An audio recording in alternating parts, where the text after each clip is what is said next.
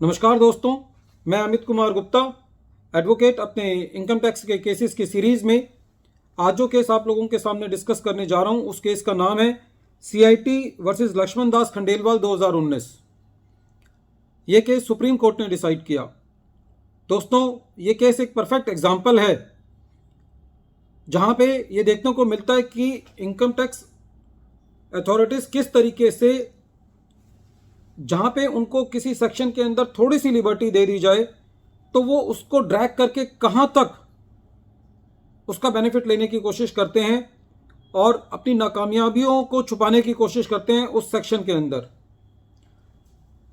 ऐसा ही एक उदाहरण है सेक्शन 292BB।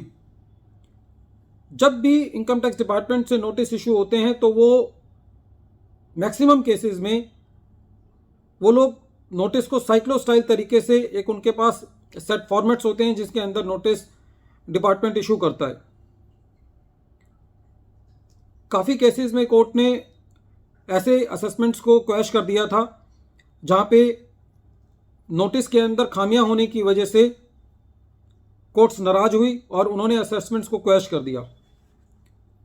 इसीलिए section 292BB income tax authorities के लिए लाया गया, जहां पे उनको एक तरीके का कवच पहना दिया गया कि जो आपके नोटिसेस हैं, यदि उनके अंदर खामियां भी हैं तब भी उन खामियों को छुपा करके ये मान लिया जाएगा कि वो नोटिस ठीक हैं।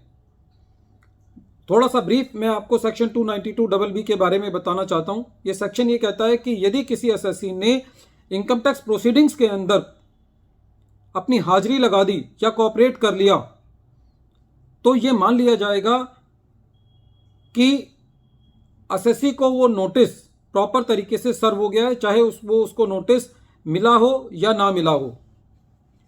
दोस्तों, बहुत ही इलॉजिकल सेक्शन है। बेसिकली सेक्शन ये कहना चाहता है कि यदि असेसी ने असेसमेंट प्रोसीडिंग्स में कोऑपरेट कर लिया है और उसने असेसमेंट प्रोसीडिंग्स के दौरान उस नोटिस की खामियों के बारे में चैलेंज नहीं किया है, तो ये मान लिया जाएगा कि उस असेसी को नोटिस सर्व हो गया। या दूसरे शब्दों में, असेसी ये नहीं कह सकता कि वो नोटिस उसको सर्व नहीं हुआ, वो ये नहीं कह सकता कि ये नोटिस जो है उसको टाइम पे सर्व नहीं हुआ, वो ये नहीं कह सकता कि ये नोटिस और किसी रूप में प्रॉपर नहीं है या इम्प्रॉपर है। इसी चीज का फायदा उठाते हुए इस केस में डिपार्टमेंट ने असेसी की सेक्शन 153A के अंदर असेसमेंट करनी थी। असेसी के यहां सर्च हुई, ITO साहब ने सेक्शन 143 सबसेक्शन 2 का नोटिस इशू ही नहीं किया। असेसी ने असेसमेंट प्रोसीडिंग्स में कोऑपरेट किया। असेसी की अनएक्सप्लेन्ड कैश के अंदर एडिशन कर दी गई। असेसी उन एडिशंस के अगेंस्ट CIT अपील के पास गया। CIT अपील ने असेसी की एडिशंस को डिलीट कर दिया। डिपार्टमेंट CIT अपील के ऑर्डर के अगेंस्ट ITAT गया। जब डिपार्टमेंट ITAT गया तो उस वक्त असेसी ने क्रॉस ऑब्जेक्शंस फाइल किए और असेसी ने यह देखा कि असेसी को सेक्शन 143 सबसेक्शन 2 का नोटिस ही सर्व नहीं किया गया था और असेसी ने ITAT के वक्त पहली बार ये बात कही कि मुझे सेक्शन 143 सबसेक्शन 2 का नोटिस नहीं मिला था और इस बेसिस पर ये सारी असेसमेंट प्रोसीडिंग्स ही वैलिड नहीं है। ITAT ने असेसी की बात मानी और ये कहा कि यहाँ पे सेक्शन 292BB नहीं लगता। 292BB तब लगता है जब असेसी को नोटिस दिया गया हो और उस नोटिस के अंदर कुछ खामियां हो और असेसी ने असेसमेंट प्रोसीडिंग्स में कोऑपरेट किया हो।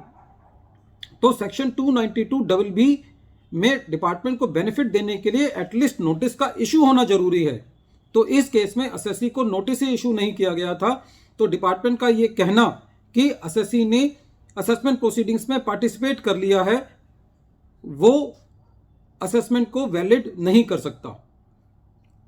बहरहाल ITAT ने असेसी को रिलीफ दिया इस टेक्निकल ग्राउंड पर और ये कहा कि पूरा का पूरा जो असेसमेंट है वो क्वैश कर दिया। डिपार्टमेंट इसके अगेंस्ट हाई कोर्ट गया।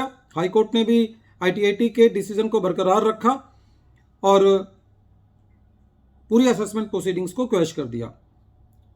डिपार्टमेंट एज यूजुअल जो लिटिगेशन को बढ़ावा देने के लिए हमेशा तत्पर रहता है, उसके लिए फ्लड गेट्स खोलने के लिए हमेशा तैयार रहता है। सुप्रीम कोर्ट गया और सुप्रीम कोर्ट ने भी हाई कोर्ट के जजमेंट को रिटेन रखा, ITAT के जजमेंट को रिटेन रखा और ये कहा कि 292B लगाने के लिए नोटिस का होना जरूरी है। उसका बेनिफिट तभी दिया जा सकता है कि जब नोटिस इशू किया गया हो। यहाँ पे एसएससी को सेक्शन 143 सबसेक्शन 2 का नोटिस इशू नहीं किया गया था, इसलिए इसके अंदर जो शील्ड मिली हुई है डिपार्टमेंट को वो नहीं प्रोवाइड की जा सकती। ये टोटल फेलियर है डिपार्टमेंट के पार्ट पे और 292BB को इतना स्ट्रेच नहीं किया जा सकता कि हम ये कह दें कि नोटिस दिए बिना ही एसएससी की असेसमेंट कर दी। फ्रेंड्स, बहुत ही वेलकम डिसीजन है। जब कभी भी हम लोग, चाहे हम पुराने केसेस का अपील में लड़ रहे हो, तो उस केसेस में भी ये केस लॉ बहुत काम आएगा। तो जितने पुराने जो अपील्स में मैटर चल रहे हैं उनमें ये जरूर देख लें कि एसएससी को सेक्शन 143 सबसेक्शन 2 का नोटिस इशू किया गया है या नहीं किया गया। यदि आप लोगों के पास फाइल नहीं है तो you can call for the assessment records by filing the RTI also, और डिपार्टमेंट को ये सारी चीज़ें जो हैं वो RTI के अंदर एसएससी को प्रोवाइड करनी होती हैं।